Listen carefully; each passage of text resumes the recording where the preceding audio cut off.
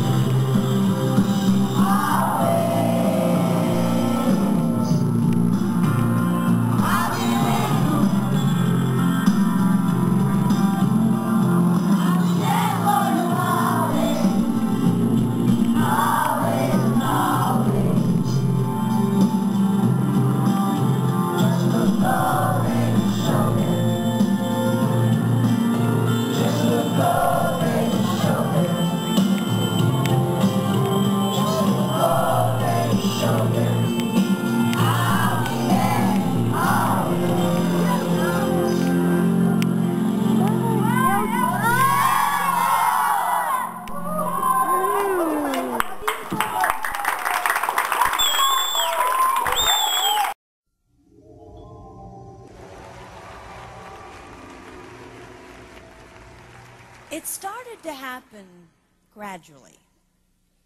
I would walk into a room and say something, and no one would notice. I would say, "Turn the TV down, please," and nothing would happen. So I would get louder.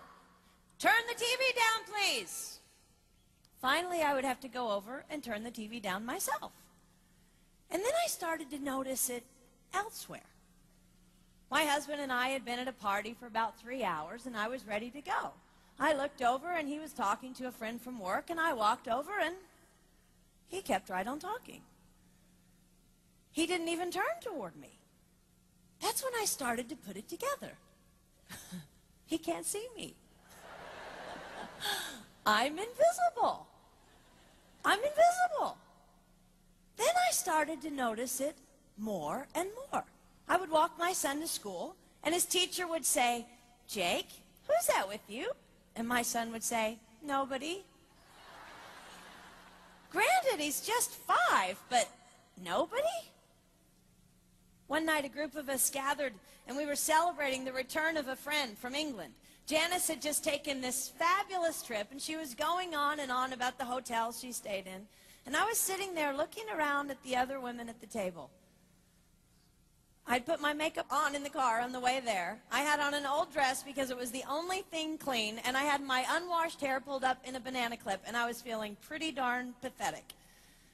And then Janice turned to me, and she said, "I brought you this." It was a book on the great cathedrals of Europe. I didn't understand. And then I read her inscription. She wrote, "With admiration for the greatness of what you are building when no one sees." You can't name the names of the people who built the great cathedrals. Over and over again, looking at these mammoth works, you scan down to find the names, and it says, "Builder, unknown, unknown, unknown." They completed things not knowing that anyone would notice. There's a story about one of the builders who was carving a tiny bird inside a beam that would be covered over by a roof. And someone came up to him and said, "Why are you spending so much time on something no one will ever see?" And it's reported that the builder replied, "Because God sees." They trusted that God saw everything. They gave their whole lives for a work, a mammoth work, they would never see finished. They showed up day after day. Some of these cathedrals took over 100 years to build. That was more than one working man's lifetime. Day after day. And they made personal sacrifices for no credit.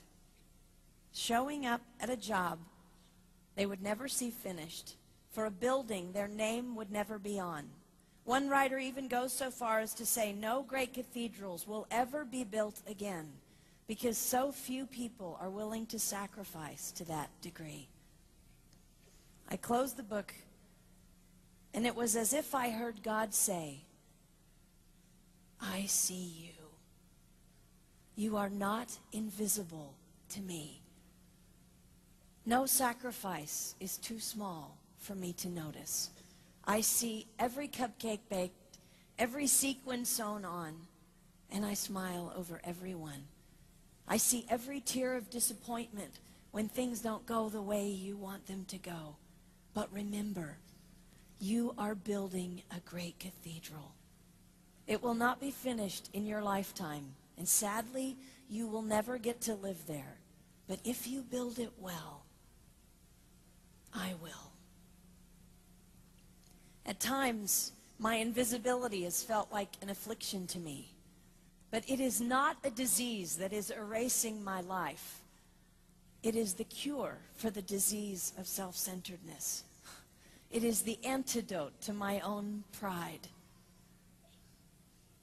It's okay that they don't see. It's okay that they don't know. I don't want my son to tell the friend he's bringing home from college, "You're not going to believe what my mom does. She gets up at 4 in the morning and she bakes pies and hand bastes a turkey and she presses all the linens." Even if I do all those things, I don't want him to say that. I want him to want to come home. And secondly, I want him to say to his friend, you're going to love it there. It's okay that they don't see. We don't work for them. We work for him. We sacrifice for him. They will never see. Not if we do it right. Not if we do it well. Let's pray that our work will stand as a monument to an even greater God.